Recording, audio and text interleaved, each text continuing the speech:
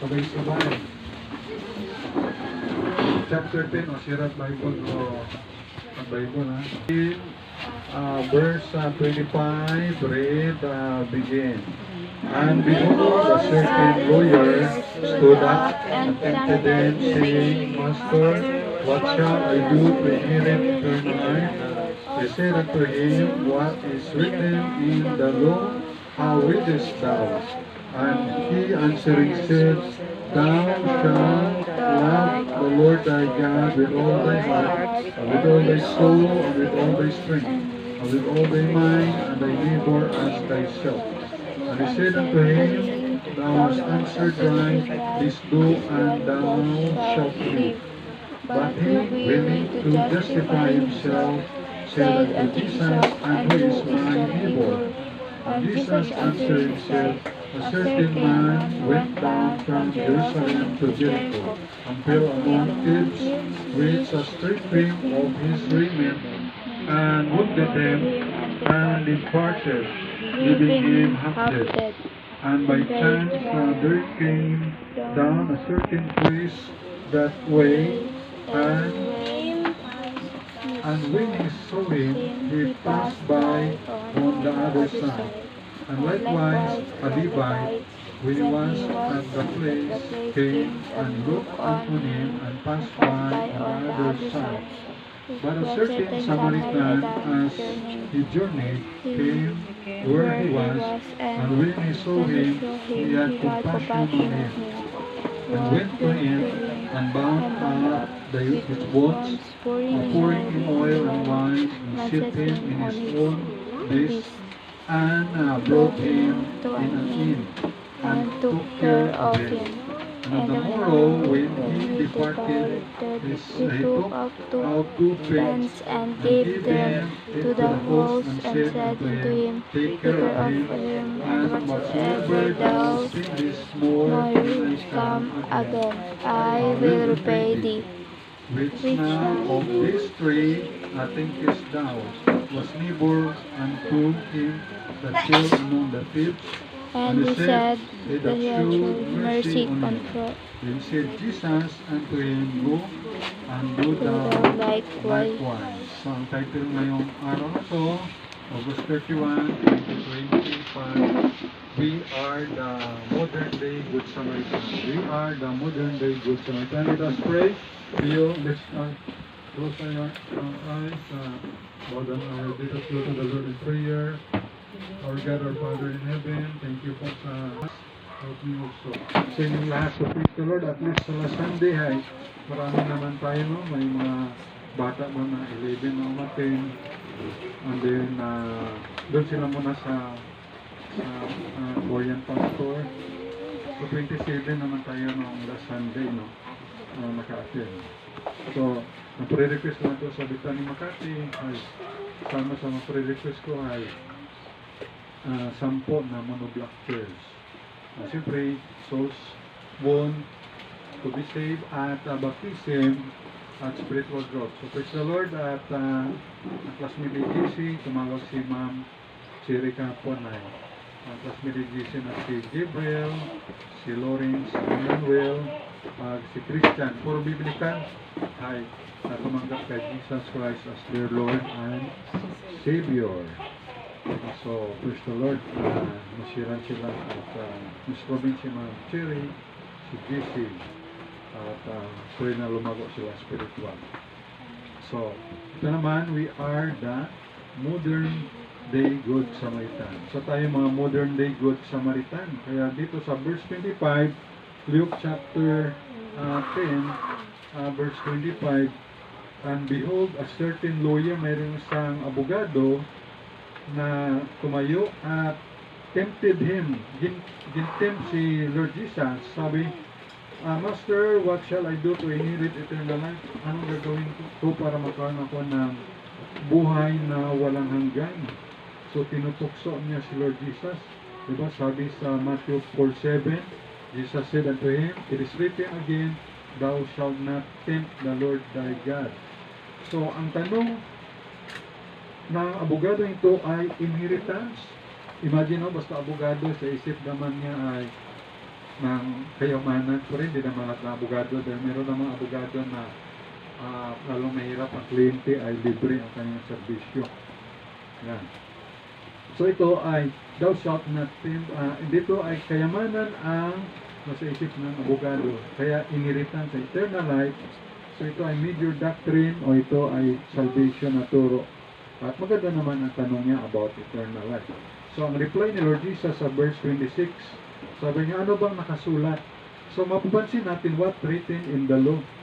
So makita natin yung importance of scriptures. Siyempre ang scriptures nila noon ay ito lang Genesis, Exodus, Leviticus, Numbers, Deuteronomy. Ito yung tinatawag na Book of Moses. Yung tinatawag na Pentateuch. So yan ang law nila noon, ang scripture. So yan ang basis, yung truth, foundation of our faith, ang teaching natin ay yung what is written in the law. Kaya ganun ka-importante. Kumbaga si Lord Jesus ay pinupoint niya, ano ba nakasulat sa scripture o sa batas, kumbaga sa writings ni Moses na galing na kay Lord. Yun. So, yun, ganun kalaga yung Word of God. Dito tayo sa Word of God. Kaya yung kausap ko, si Gabriel na classmate ni GC na sabi ko sa Bible ay kung compare mo yung Baptist, i-compare mo sa Protestant or sa ibang mga denomination, Catholic at sa mga Methodist ay talagang ang Baptist teaching ay from the Bible. Alam nyo, pag Bible yan, Baptist yan. At pag Baptist yan, Bible yan. Di ba? Siyempre ako naman, siyempre lumaki naman ako sa Roman Catholic dyan sa St. John the Baptist Cathedral. Baptist rin. Napunta rin ako sa Baptist rin. Siyempre sa Bible ay parang ang tinuturo ng Baptist ay sa Bible talaga. Kaya wala kang makita na ang turo ng Baptist ay taliwas sa Bible. Basta Baptist yan, Bible talaga ang turo. Basta Bible, Baptist yan. Kaya ngayon ay inatake ng DSWD, no? Yung mga parsonage o mga parsonage, yun sa mga bata? Orphanage. Ang orphanage ng mga DSWD. Kumbaga yung mga bata, maayos na sila, maganda na lagay nila, nakabihis, nakakain, sila pa ang pinupuntahan. Dapat ang puntahan ng DSWD ay yung mga batang lansangan, batang rugby, doon sa mga squatters area, doon sa mga ilalim ng mga LRT, dami doon, no? Pero yung maayos yung pinapuntahan nila. At tanda natin na pastor o yung Baptist Church yan ay katuwang ng gobyerno. Ibig sabihin yan ay tumutulong sa gobyerno. Kumbaga, ang pinagpipray natin sa gobyerno, pero siyempre, ganun naman talaga. Mayroon kakumin nga eh. Ginalist na nila yung mga topic. Minsan ang topic talaga ay flood control. Minsan ay nilist nila sa ibang issue para ma-divert yung attention ng tao.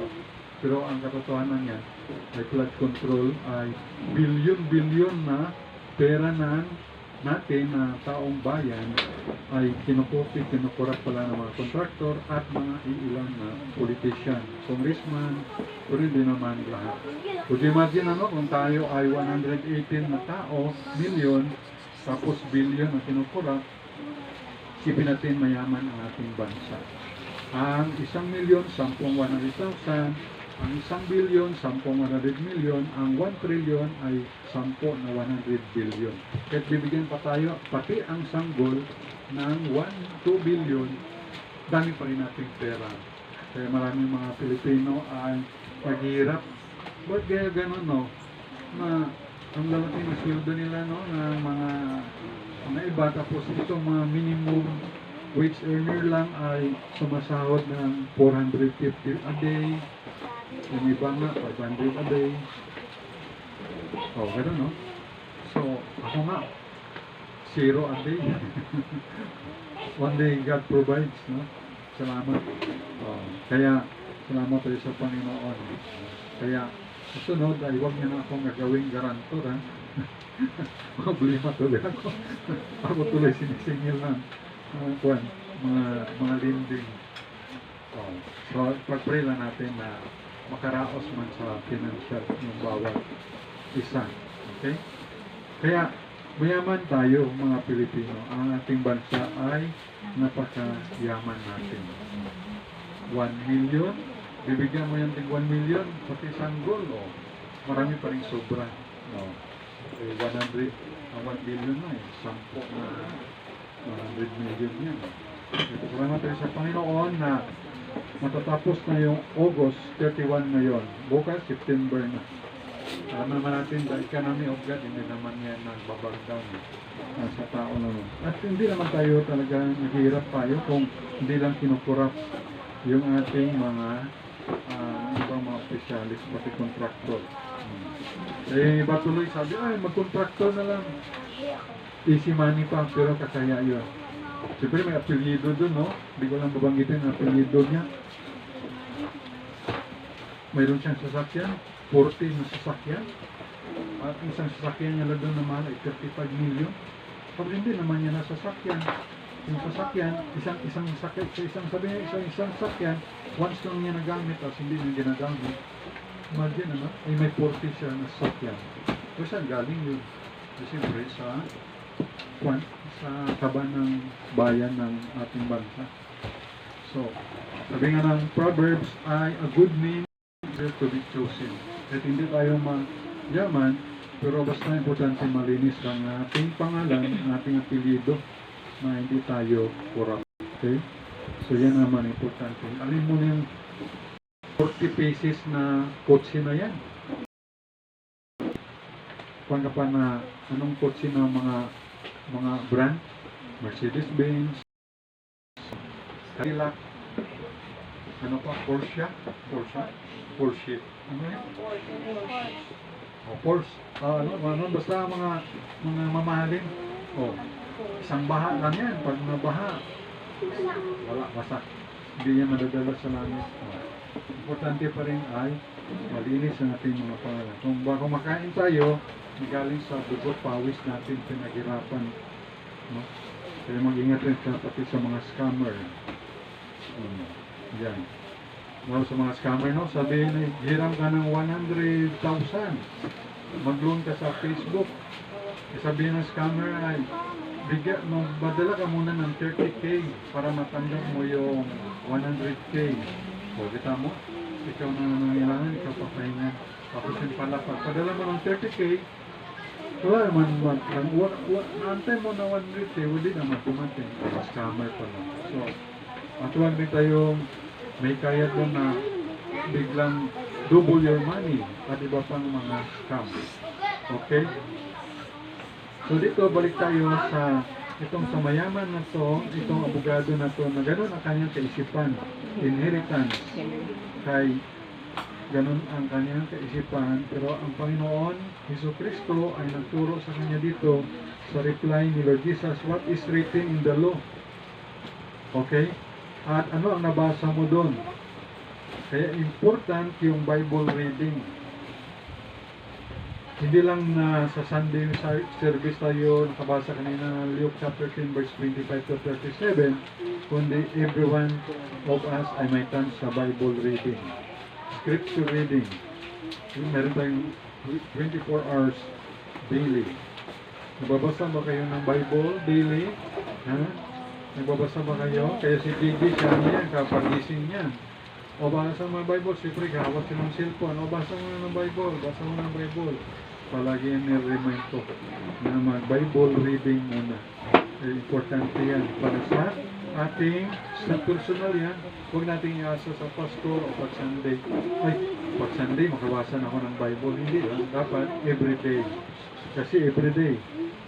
Kakain din tayo everyday. Diba? Hindi lang every Sunday. Anong sagot doon ng itong abogado na to? Sa verse 27, love the Lord thy God. So, nagbabasa siya. Love the Lord thy God ng buong isip, lakas, puso, buong sarili, buong kaluluwa. So, love thy neighbor. Kaya alam niya, in-summarize niya ang love thy neighbor as thyself. Anong ating vertical relationship? Vertical toward God, ang horizontal toward our neighbor sa ating kapwa, vertical and horizontal relationship. Kaya ang advice dito ni Lord Jesus, ang commendation niya sa lawyer na to sa verse 28. Ano sabi sa verse 28? Luke chapter 10 verse 28. And he said unto him, Thou hast answered right. Sabi ni Lord Jesus sa lawyer, sumagot ka ng tama. Tamang sagot mo. Ito ay gawin mo at ikaw ay mabubuhay, and thou shall live. Yan ang commendation and advice ni Lord Jesus sa kanya. Kaya sa verse 29, may tanong dito ulit yung lawyer. But he willing to justify himself, said unto Jesus, And who is my neighbor? Who is my neighbor? Sino ang aking kapwa? Yan ang kanyang, sino ang aking kapwa tao? Ang kapitbahay ko. At ang sagot dito ay sa verse 30. Mabasa natin dito. And Jesus answering said, A certain man went down from Jerusalem. Galing sa Jerusalem, pumunta siya sa Jericho. Went down. Kaya pag went down, nabasa niyo sa Bible, delikado pala pa mga went down, bumaba, went down to Egypt. Kaya alala niyo si Abraham, went down to Egypt, nung may gutom, went down to Egypt. Yan, delikado pala pag mag-went down.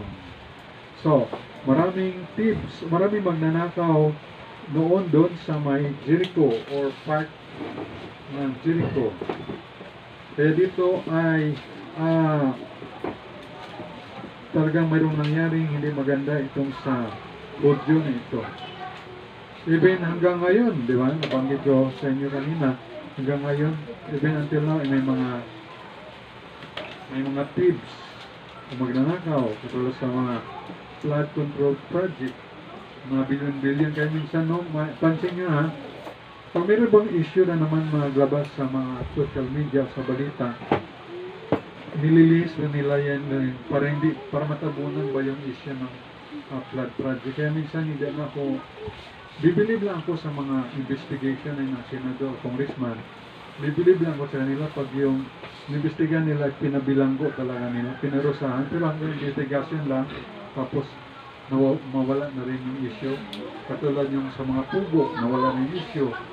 Yung mga missing sa Bumiro, nawala na rin. Tapos napalitan naman ng kay Pastor Ferguson, yung orphanage sa Mexico, Pampanga na 160 na bata ang kinuha nila, na dalawa lang naman ang galikaramo doon na rugby boys na bagong salta.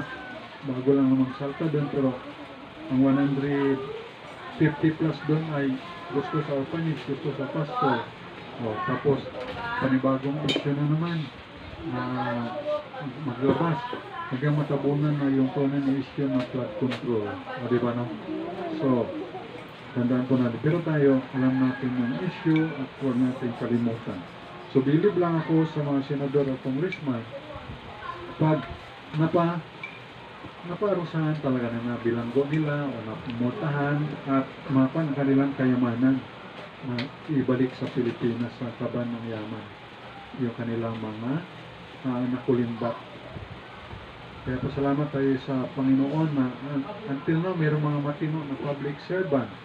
Kasama na dyan si Mayor Vico Soto, si Mayor Magalong, Mayor Del Monte ng Quezon City, at kung sino pa na mga matitino. Mayor si Papa Gis Marquez, congressman, at least ay believers yan ni Lord Jesus Christ. Yan. Kaya itong mga corrupt na ito na iba ay nag-prosper sila with their family, pero wag tayo maimbot sa kanila. Merong kwan yan ay mayroon yung verse dun sa Book of Psalms na bakit itong mga wicked ay nagpa-prosper, pero tayo na mga matitino ay hindi. Pero pagdating niya sa sanctuary, naintindihan niya. Meron kanyan eh. May verse na gano'n na bakit itong mga wicked people ay nag-prosper, no? Pero tayo mga righteous ay hindi. Meron mga tanong doon sa Book of Psalms yun, di ko lang nakanta. anong chapter yan. Pero later on, maintindihan ba't tayo ay nasa bahay sa bahay ng Panginoon. Despite of their luxurious living, ay wag lang tayo masyadong mainggit o kanilang mga business class airfare, expensive bag, mga contractor, mga anak ng politician, worth million, 40 cars, one car, 35 million, wag lang tayo mainggit. Even sa mga tao na, what, ang ganda ng mga four wheels nila, wag tayong mainggit kay iba rin pala dyan, loan lang pala yung inutang sa bangko. Kaya minsan sila ay nakaproblema rin yan. Lalo kung doktor, halimbawa siya, tapos walang pasyente, tapos may renta pa siya sa pwesto, tapos may house loan, may car loan, tapos walang nagapagamot, walang check-up. May problema rin yan sila. Pero ikaw na, ang iyo lang ay hindi kadilak, kundi kadalakad lang. Hindi kadilak, kundi kadalakad, lakad lang. O, yung iba may Volkswagen, tayo lang ay Volkswagen. Walk lang, Volkswagen. Ikan lang, lakad lang. Kaya huwag tayong masyadong nainggit pag may mga tao na may mga four wheels. Huwag lang. Pero kita ang ngayon, no? Pinagpala rin yung mga teacher, no? Kaysa Kaisik, Talibol Elementary School, kita ang mga teacher ay natutuwa na nagsusan nila. Kaya noong unang panahon, wala talaga. Pero nga may mga Avanza sila, may mga Innova, may mga Wigo. Siyempre, Carlon din yung mga teacher. Ay, okay, siyempre, may sweldo na rin sila. Kaya, okay lang yung bawang araw, makaganyan rin kayo. Pero, siyempre, dapat may parking yan. Kaya, pag walang parking yan, may problema rin. Yan. So, pero, kahit may blessing kayo ng mga ganyan, manatili pa rin na humble, magpagpakumbaba, ha? Napapansin kasi pag yung tao, pag mayroon na siyang power, mayroon na siyang wealth, famous na siya, tapos hindi na siya namamansin, tapos na siya, mayabang na siya, ha? Kahit sa pastor, nangyayari yan, obserbahan ko, pag ang pastor na ay marami ng membro, mayaman mga membro, maraming sasakyan, maraming offering, maraming mga building. Tapos yung pastor na ay mahirap na ma-reach, hindi na makausap, hindi na maabot. Pero hindi naman lahat, syempre. Nakita ko na pastor na very humble at madali ring lapitan, may istorya. Tulad ni Pastor Jerry Medley, Dr. Di Salva, yung mga pastor ng mga low profile mga istorya mo. Pero mga iba ay hindi talaga may mga istorya. Kailan mo pa na tinatawag na yung mga schedule or tinatawag appointment. Okay. So pag maganyan na ako, naging mayabang na ako ay pakikuan ako. Pakisampal. Pakitopik. Hindi ka naman ganyan, Pastor Giz, dati yan. Oh, pakikuan ako. Pakikurina. Hindi ka naman dati ganyan, Pastor. Nagyabang ka na nung nakasakay ka na sa four wheels. Oh, pakikuan ako. Remind. Oh, kasi ba magyabang ay. Oh, mas maganda pa yung ganito na lang tayo. Di ba?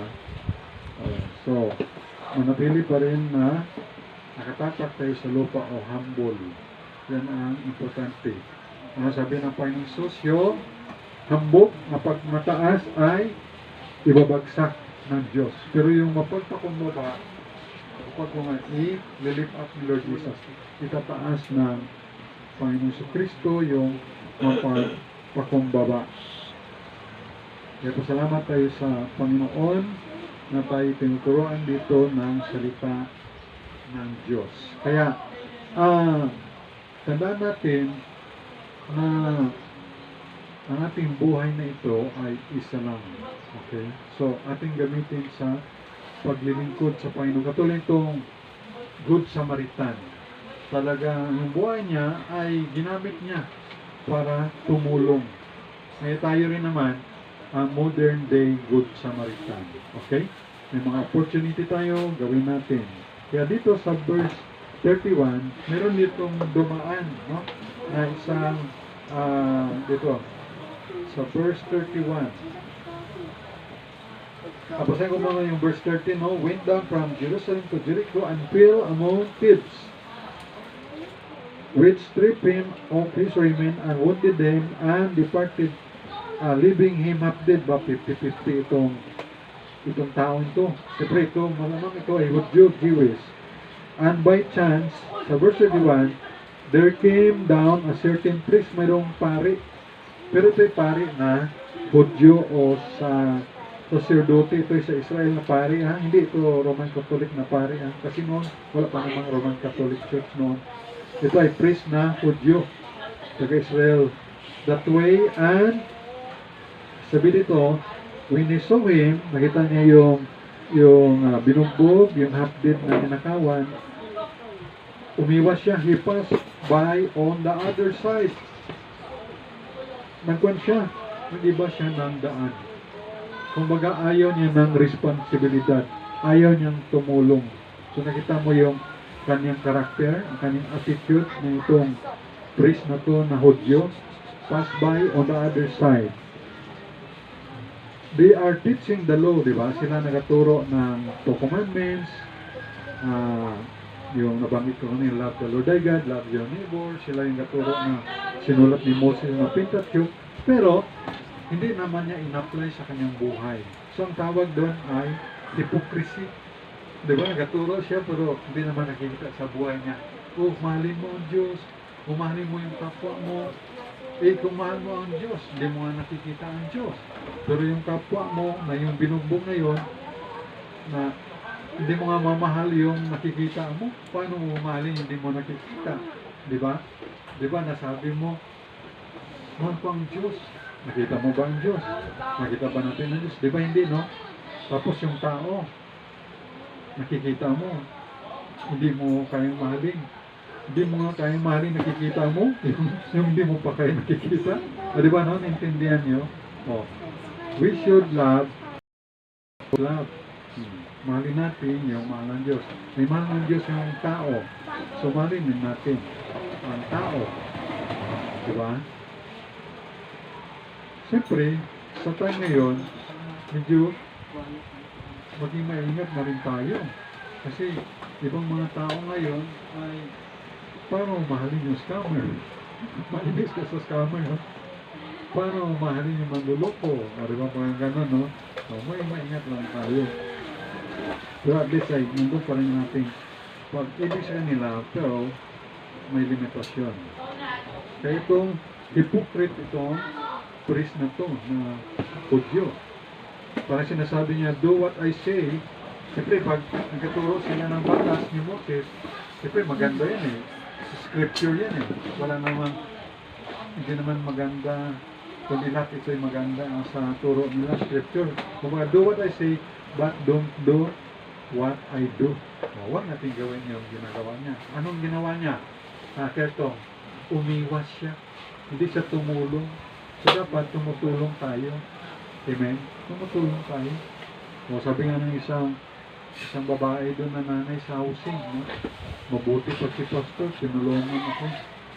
Pero ako, sama ko pa yung anak ko na baby, ng isang politiko, hindi mo lang ako binigyan ng tinapay. Hindi mo lang ako punta tayo sa kantin, no, na kainin mo wagi. Pero si pastor, binibigyan ko ako ng tinapay, ng pagkain, no? Bagay kung, di ba, siyempre iba yung puso ng pastor, iba ang puso ng politiko. Oh. Siyempre, ang puso ng politiko, ibuto mo ako. Pero ang pastor, ay, hindi boto ang talagang tutulungan ka na. Siyempre kung ano, puso ng Panginoon na tatak sa puso ng pastor, yan ang tinuturo. At hindi lang tinuturo, ginagawa. Kaya pag umuwi ako sa housing niya, nandyan na yung mga bata, nagapila na sa atin. Oh, alam na nila eh. Talagang makakain sila talaga. Basta meron na akong mga dalang pagkain. Pati mga aso, pusa. Hindi na nagapuntahan na sa akin mga aso, pusa rin. Pati nga mga pabo ni Sister Pen eh. pagtawag ko ay, huwag pa rin sa akin. Oh. Ibig sabihin ay, pati yung mga hayop, parang kung sa aklanan rin mga animal. Dapat, ibang dati, no? Sa Tagalog, mga hayop, parang may sense rin ng hayop, no? Pag yung tao ay ng mabait, compassionate, ay nasisense rin nila. So takot talaga kung sa aso kapon, kaya naman Sherry, kaya lagisi na yun. Wala dun si Mayo na may klase. Ay, yung yung mga aso ay, kapag yung tinga nila, ang tinga, no? Naga-iksi, ang tinga tapos, nagasaka, akyat siya tapos ay ginakan siya, ginahalik-halikan siya. Sabi, no? So takot ako sa rabies. Kaya hindi ako, ay kung bigyan ako ng aso, ay kung mag-alaga. Kasi kung magkagat kasi, 1,000 kasi ang gagastusin. So nakagat sa ito. So buti yan, injection na naman yun. Pero mabait, no? Mga aso ng JC. Yan, so, dito ay chance na sana niya na ma-prove at maging approved with God siya. Pero failure yung testing na nangyari sa itong priest na to na taga-Israel. Ito ay Hudyo, ha. So sila yung ga-officiate, ga-offering sa templo regarding sa kasalanan ng mga Hudyo Israelites, kung anong gagawin para ma-reconcile sila to God, but failed. Another, sa verse 32, ito namang Levita. Ano naman yung pakaiba ng Levites o Levita sa priest? So ito ay lahi o sa tribe ito ni Levi. Ito yung Levi, dito yung sa 12 na magkapatid na lalaki, panganay si Reuben, pangalawa si Simeon, pangatlo si Levi, pangapat si Judah. Si Lord Jesus galing sa lahi ni Judah. Judaism, Judah, and then kung sino pa yung mga lalaki pa na 12 yan eh. So, pangatlo pala sa magkapatid na anak ni Jacob Israel, si Levi. Ang Levi na yan ang pamilya na magtrabaho sa templo. Mga full-time worker. Wala silang lupain, kaya wala silang harvest. Kaya yung offering ng mga kay Simeon, kay Reuben, kay Judah, kay Benjamin, kay Isakar, mga magkapatid ba? Ang harvest na mais, trigo, o anong mga harvest nila, ay dali nila yung ikasampung bahagi doon sa templo sa mga Levites. Para yan ang pagkain nila. Ganon yun. No? Okay, so, yan is a giving ng mga Israelites para sa kay Levites, sa mga gatrabaho sa templo. Yan. So, ang daming mga offering yan, pero hindi naman yan ang topic natin. Eh dito, Levite na to ay full-time worker sa templo, kaya ang nangyari na, ang portion ng nila ay si Lord. Ay yung mga handog sa templo, yan ang kinakain nila. Offering to the Lord, yan ang kanilang pagkain. Pass by on the other side din. Nag-pass by on the other side. Umiwas rin sa responsibilidad. Kaya tayo, pag may mga responsibilidad, ay huwag nating iwasan. Para mga sa school, mga project, umiiwas sa project, umiiwas sa assignment. Kaya, pag-assignment, gawin agad para hindi magtambak. Kasi pag tumambak yan, 10 subjects yan, 11, ay talaga mabigat na yan sa isip pag dami mong project, dami assignment. Pero gawin mo pa isa-isa. Mga responsibilidad sa bahay, huwag mag-iwas sa paghugas ng plato, pagtupi ng banig, o pag buti nga hindi na tayo nag-aplansa masyado, no? Lalo ang dami tayo was unaware. At huwag rin umiwas sa gawain ng Diyos. Yan ang huwag natin iwasan sa lahat. Yung pagsunglit, yung pagkanta, sa number, yung pagtuturo, pagluluto, yung mga manaling galuto na. O part of ministry yan.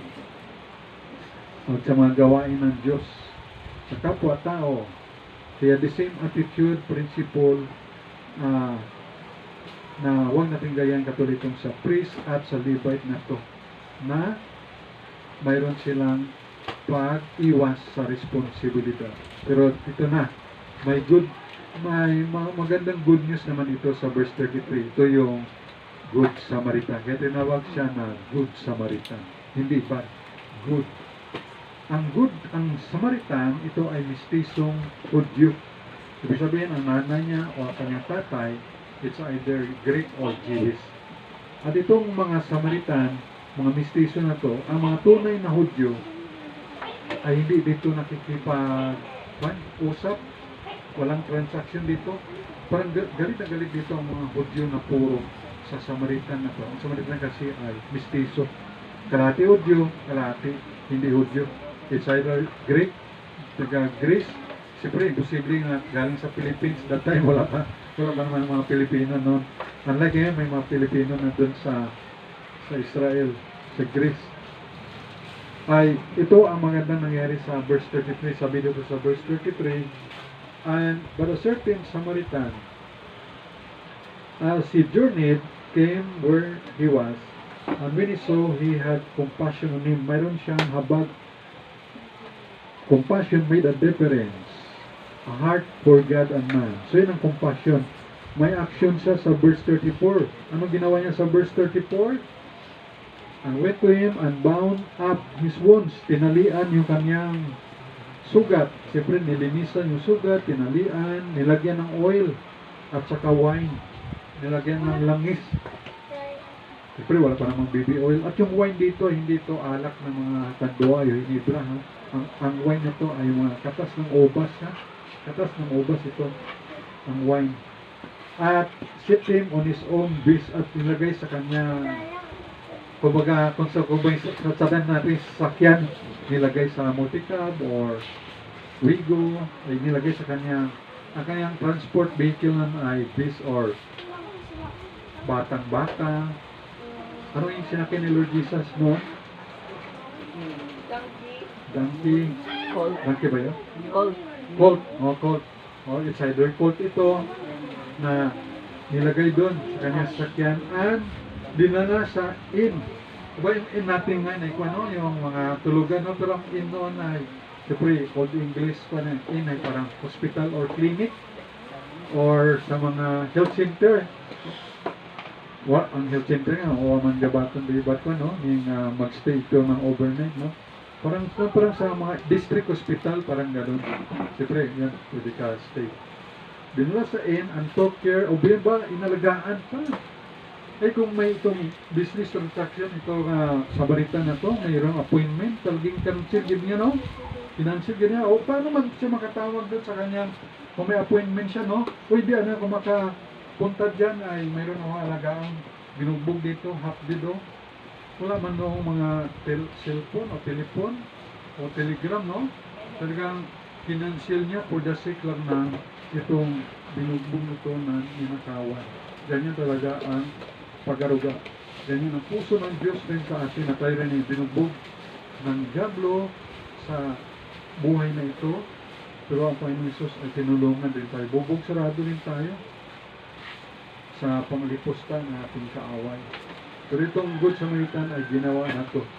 He had compassion on him, took care of him, at kinabukasan, sabi, when he departed, paalis na siya, kumuha siya ng 2 pins. Ano kaya itong pins sa pera nila, no? Kung ito ay, ang 1 pins kasi, kung naman kung isang araw na sahod, no? Oh, anyway, kung ano man to, basta pera to, malaking pera to, nagkaroon siya ng down payment. Nakawawa naman yung pastor na yun na nag-vlog pa siya, no? Nasa Negro siguro yun. Sabi mga idol, na-disgrasya ako sa kurbada. Nakamotor siya, tapos ay may bukol sa ulo. May ka na nangipon, medyo natanggal. Tapos may dugo. At sa anong tuhod, akala ko nga vlog lang o may lipstick lang. At kali may samad sa tuhod, may sira. Tapos ay idol, tapos siya rin yung kailangan na down payment sa hospital, dalhin daw sa private, hindi pwede sa provincial, ay walang mga gamit. Down payment, 175,000, boss, sabi ko, huwag ka makot kwarta, budget, ay ba, kawawa talaga, no? So, ganun. So, ito, binigyan niya ng paunang bayad. At ang kinabukasan, when umalis na siya, he took out 2 pence and give him to the host, kung sino ang tagapag-alaga doon, at sinabi sa kanya, take care of him. Alagaan niyo siya, and ano man ang magastos dyan, when I come again, I will repay thee. Babayaran kita. And sabi dito ni Lord Jesus, which now of these 3 thinkest thou was neighbor unto him that fell among the thieves? Sino sa kanila yung napakita ng paging neighbor? At sabi ng attorney, he that showed mercy on him. Then said Jesus unto him, go and do thou likewise. Gawin mo rin yan at gawin mo rin yan. Humayo ka at gawin mo yan. So, dyan makita natin yung pagiging good Samaritan. So, tayo naman, we are the modern day Samaritan. So, di ba mo? Kaya pag magbayad ng hospital bill, pag may hospital bill, pasyente, walang pambayad. Ano ba, may pasyente, walang pambayad. Tapos ikaw nagbayad, no? Ibang pinagyaman ka ng Panginoon. Then you are the modern day good Samaritan.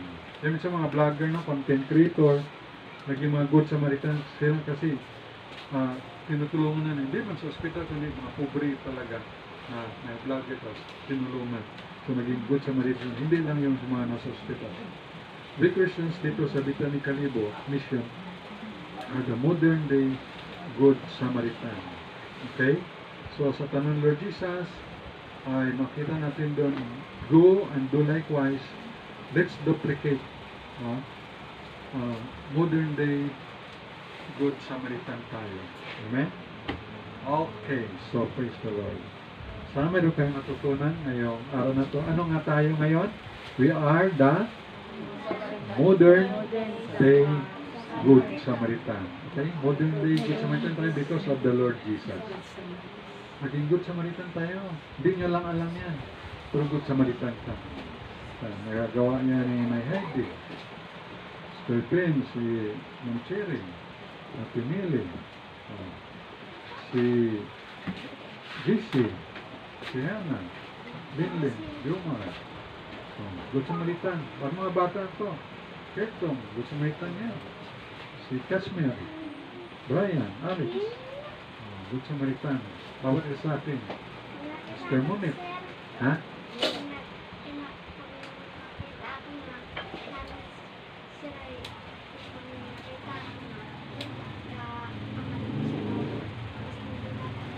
Oh, very good. Oh. Very good. Oh. Kung ikapakalimos ay, bigyan niya ng 5 piso. Very good. Basta yung tunay na nagpakalimos. Kasi yung iba na nagpakalimos ay scammer. Yung iba hawak ng sindikato. Yung iba hawak ng sindikato kasi. Yan. So, basta alam naman natin na tutulungan. Tulungan natin. Siyempre, basta yung totoo lang na kailangan ng tulong. Kasi marami na ngayong time natin ay mapagkunwari. Basta alamin lang natin. Okay, tayo mag-pray. Let's pray. Lord God, our loving Father in heaven, maraming salamat po sa iyong salita.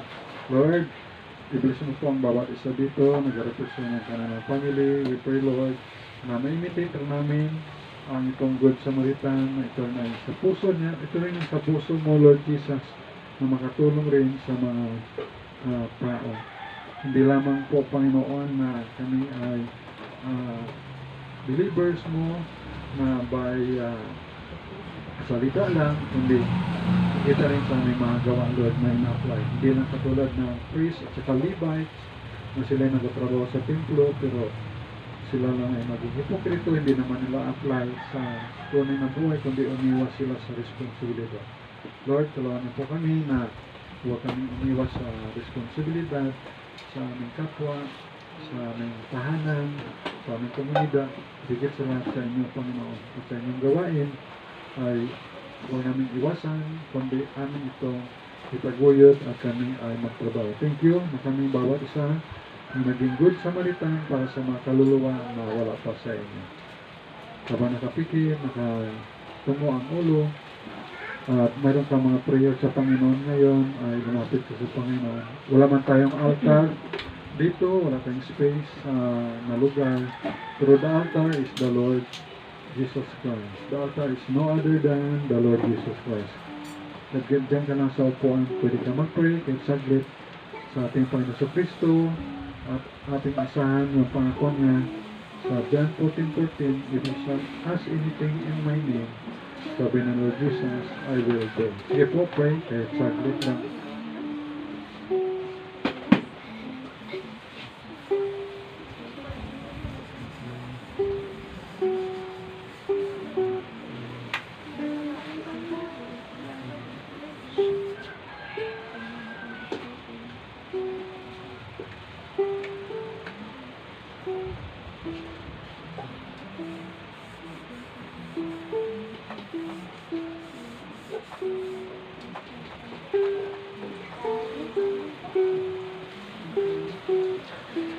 Our loving Father in heaven, salamat po sa iyong salita, Lord. May mga prayer ang iyong mga anak, wala isa sa kanila, sa kalusugan, healing, kay Ma'am Cherry, kay Ma'am Annalyn, sa Lord G, kay Jason, Lord. Tulungan niyo, Lord, si Mia sa kanyang mga school requirements, sa complacement, kay si Linlin, at saka si Hannah, si Jomar, si JJ, maging si Casmar, sila na pa-eskwela, si Kertong, si Alex, si Brian. We pray yung Lord, si Stephen, yung will mo sa kanya, makatrabaho doon sa Cavite. We pray that sa Cavite sa Lord ay manatili siyang faithful sa inyo, Panginoon. Dito nakapanood pa rin siya sa mga preaching at maging sabitan ni Makati.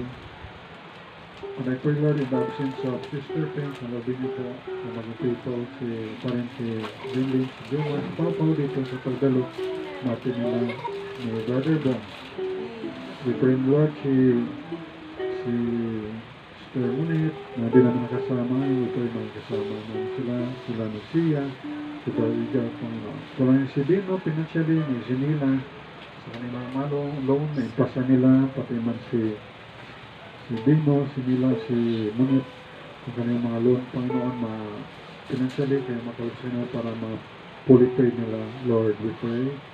At ganoon si Ma'am Annalyn, ganoon din si May Heidi, si Ate Nelly, si Nangili, o palay mo rin ang Sister Pin, Lord, tulungan niya siya na doon siya sa Cavite ay still na meron pa rin ugnayan dito sa Bitang Kalibo, Panginoon. At yung mga iba dito na hindi namin nakasama, mga bata na si Corinne Aliyah, si Crystal Kitlin, we pray, Lord, na makasama namin sila next time. Kaya mag-bless sa bawat isa dito na nag-repeat sa family. Bless our nation, Lord, na mapalitan ng mga korap na mga matino at parusahan sila, mabilanggo sila sa mga consequence sa kanilang mga corruption na ginawa, especially sa mga blood projects. We pray, Lord, ang mga Baptist sa orphanage, si bless mo, mga pastor, evangelist, mga missionary po in local, mga pastor, Lord, bless mo, especially Pastor Nable, Pastor Gisalba, Pastor Ken, Pastor Kagan, mga sa aming pastor, amin, Panginoon, Pastor Johnny, Pastor Evan, ang parang rin, Panginoon. Salamat ng marami at sa iyo lahat ng glory, honor, power. Bless, Lord, ang aming giving, at the best gift and the giver, Panginoon. Pagpalain niyo rin, Panginoon, yung mga hilingan sa puso ng yaman at ang bawat isa dito. So, yung mga hindi ko nabanggit, Lord, kaya na makatagpo ng kanyang spiritual needs, maging sa good health at financial at long life at kagalang marinig sa inyo. We pray ng Lord na lumago spiritual, si Gabriel, si Christian at saka si Emmanuel, Panginoon, na lumago man sa spiritual. Salamat po ng marami sa Ma'am Cherry at kay JC. Salamat sa concern nila sa kaklase ni JC na maligtas.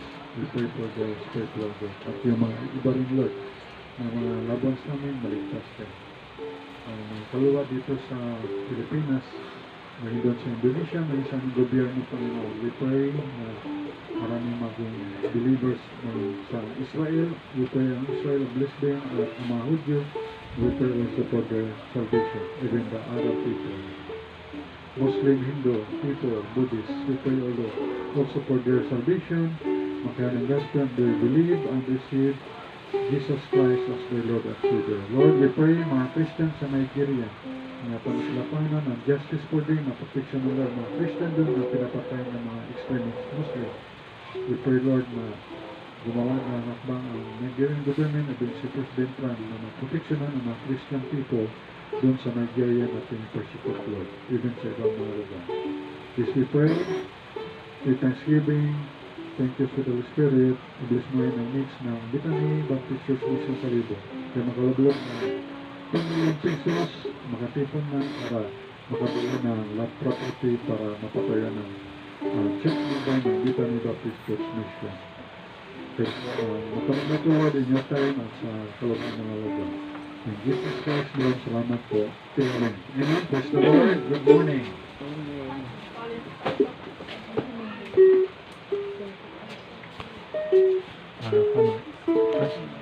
Okay na. Robot na din. Jay? Training dapat ito mag-offering.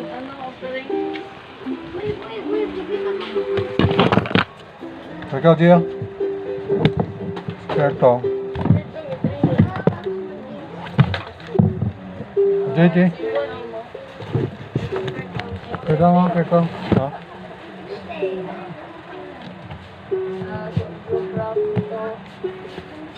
Kaya operate. Ano lang ito?